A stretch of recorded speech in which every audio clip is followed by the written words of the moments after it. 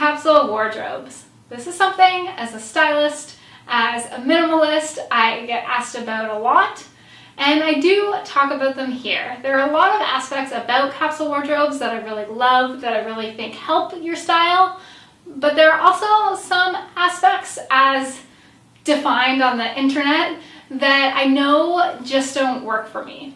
So if you're finding the same thing, that a capsule wardrobe is a good idea, but you're not sure if it's a perfect fit for you, then maybe what I'm sharing in this video just might be.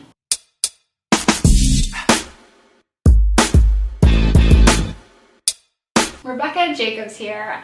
I help powerful women to create and simplify their signature styles, and capsule wardrobes of sorts are a great tool to do this. There are some items, aspects about a capsule wardrobe that I really love, that I really bring to the work I do.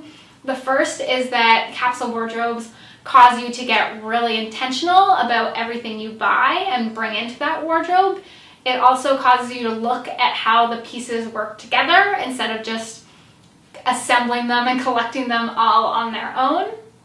But then there are some things about the capsule wardrobe that I'm not so crazy about, like what feels like some ambiguous hard rules. Like if you were to put a hard number on it, that feels a little ambiguous to me, or those hard deadlines that are supposed to be in place about when you stop shopping. For me, I really like to work with my wardrobe, that once I start wearing it is when I start adding to it, because that way I can see what's missing from it. That way I can build it slowly, maybe even get some sales, and that's really how I like to shop and add to my wardrobe. And the worst scenario I can see happening with the capsule wardrobe is if you know you need to stop shopping because the season's about to start and you gotta build your capsule and put it in a little capsule. You might know you want like a white button-up shirt, so you end up scrambling and just grabbing whichever one you can, even though it's not the best or the perfect white shirt for you. When it comes to thinking about doing a capsule wardrobe, it's important to know yourself and where you fall on, this is how I think of it, the spectrum of play versus simplicity. I look at it as kind of like a sliding scale, and as you have more play, you have less simplicity, and vice versa. So it's important to know where you fall, how much you value one versus the other. Someone who values simplicity a lot more than they value play might have their best wardrobe as only having like 28 pieces in it. Whereas someone who really loves play, and that's a much bigger value for them than simplicity when it comes to their style, their best wardrobe might have 78 pieces in it, which for the record is still a lot smaller than the 103 average pieces that the woman has in her closet. For me, I fall a little closer on the play side. I mean, I'm a stylist after all. I like to play with clothes.